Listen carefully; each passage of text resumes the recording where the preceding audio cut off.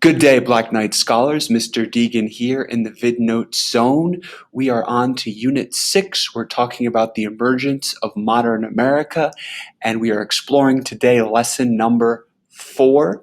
Lesson 4 is an in-depth look at Plessy versus Ferguson, this Supreme Court case involving discrimination on a train car. And we're also going to be talking about the impact of this Supreme Court case.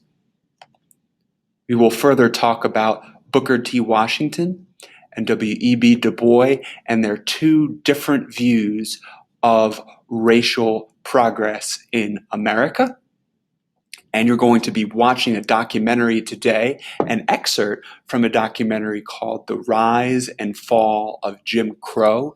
This is a PBS film. And please watch now.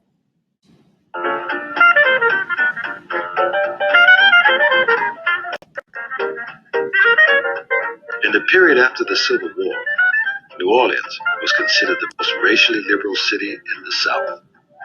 In the period of Reconstruction, New Orleans basically chartered freedom for black people here. Liberty, enfranchisement, interracial marriage, public education, improved literacy, to some extent economic opportunity had all been made available to them. You had integration. Not only race integration, but integration by class. Well-to-do whites living in close proximity to poor whites. Working class blacks living in close proximity to blacks and whites who were better off than they was. In the 1890s, Jim Crow came to New Orleans. Public transportation was legally segregated. Omar Plessy, a Creole of color, challenged the law all the way to the United States Supreme Court. Plessy was not an accident. There were activists in New Orleans who were very determined to challenge Jim Crow laws in that city. And when they passed the Railway Separation Act and required that black people sit in the back of railway cars, there were people who thought that this was illegal and immoral, and they sought out to challenge it. He was purposely chosen to be a plaintiff in the case because he looked white. And he had been mistakenly seated in the white section of the train. The whole argument was that until he identified himself as black, there was no problem. Only when he told him that he was colored was the problems. And he was told either he sat in a section reserved for color or he had to leave the train. Plessy, like Rosa Parks, was in the first-class car of that railway to challenge this law. It's really startling when you think about that, because here, 35 years after slavery, is a very organized political movement led entirely by African Americans aimed at confronting Jim Crow through the legal procedures, through the legitimate procedures that change in American society. In 1896, the court, in a landmark case known as Plessy versus Ferguson, sanctioned segregation as long as the separate facilities were equal. Plessy was an extraordinarily significant case. It legalized Jim Crow. It legalized separate but equal. This was the court that spoke not just for the South, but for the whole of the United States. It could have been an opportunity for America to move up the timeline for racial reform and civil rights in this country. Instead, it was a terrific setback.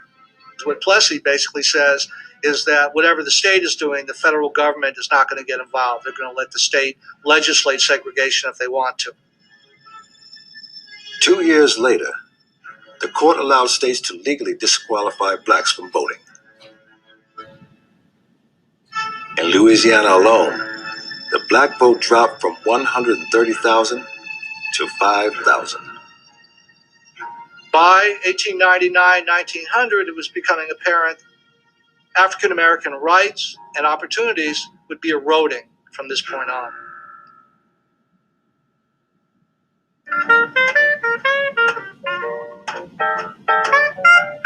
As political possibilities were taken away, vehicles for self-expression became all the more important in the black community. Many people who could not express themselves politically found that music was a perfect vehicle for doing something individual, a different kind of self-determination, if you will. Taking the rules of 19th century music making, which was all about reading music, and tossing them and saying, I'm going to do this music my way instead. Jazz bursts forth like a trumpet sound. The kings and princes of jazz, like Sidney Bechet, Jelly Roll Morton, King Oliver, and Louis Armstrong, would pour forth wave after wave of joyous sound. What music did was to challenge the prevailing racial biases that Black people were inferior, that they didn't have the qualities of thought and creativity and mind that would allow them to ever evolve into a race that could be treated fairly and equally. And what music did was to challenge that, because here was this enormously creative and quite compelling art form evolving in a way that was quite captivating to anyone who heard it, Black or white. It gave strength to the idea that Black people were capable of all kind of greatness. And it challenged the lie. There was, over the course of the first years of the 20th century, a rising negrophobia, as it was called. A negrophobic attitude would look at a Black individual and only see beneath whatever middle-class exterior might be there, deep down, there is a savage.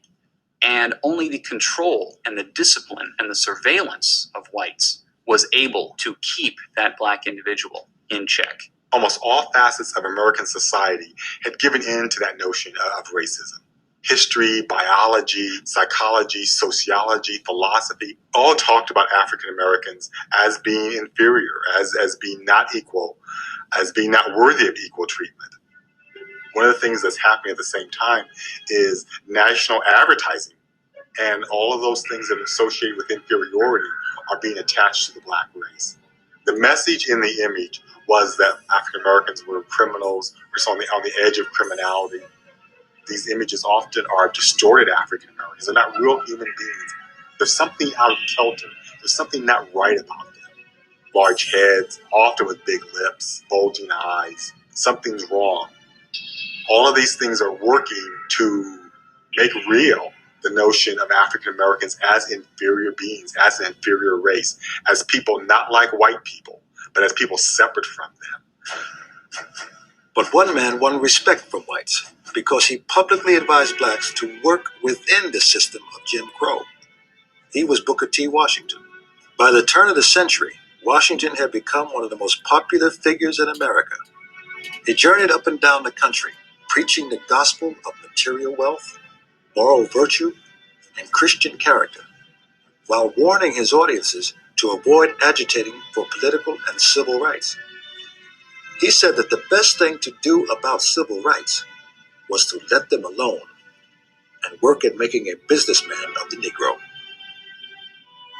He started the National Business League while he was in Tuskegee so that people could learn how to start a business, make a business, develop, and prosper. When I went to high school, they explored all the trades. The girls explored cooking, sewing, and handicrafts the first 2 years, and the last 2 years they specialized. The last 2 years of my high school, I specialized in advanced dressmaking, so that when I graduated, my high school diploma, like your college degree, shows that I have a skill in advanced dressmaking. But Washington's optimism and his passion for industrial education was not shared by all. At Atlanta University in Georgia, the highly respected, Harvard-educated sociologist and scholar of Black life, Dr. W.E.B. Du Bois, saw that despite Washington's conciliatory efforts, racial terror continued to rage across the South.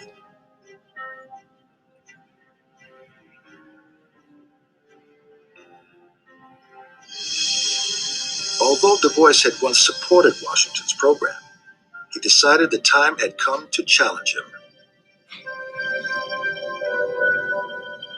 In 1903, he wrote The Souls of Black Folk with a chapter, Mr. Booker T. Washington and others.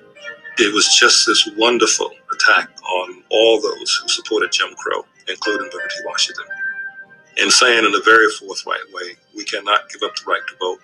We cannot give up civil and political equality. We cannot accept being an unequal, subordinate race in America.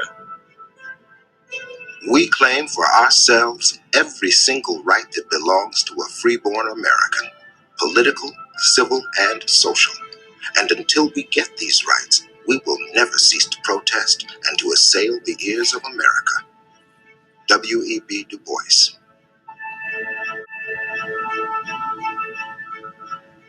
By the early 1900s, Washington was the most influential black man in America. His critics called him King Booker. He received financial support from powerful industrialists, including Andrew Carnegie and John D. Rockefeller. He was embraced by President Theodore Roosevelt. All of them enthusiastically endorsed his program of black economic uplift within the framework of black subordination and Jim Crow. As Washington's power increased, Du Bois's criticism became sharper, more personal. He has accepted revised constitutions. He has acquiesced in the Jim Crow car policy. He has kept dumb as an oyster in regard to peonage. He has even discovered that colored people can better afford to be lynched than white people can afford to lynch them. W.E.B. Du Bois. We're almost done. We just have our summary questions remaining. Please fill out the answers. And when you are done with this lesson. Until next time, this is Mr. Deegan, signing off.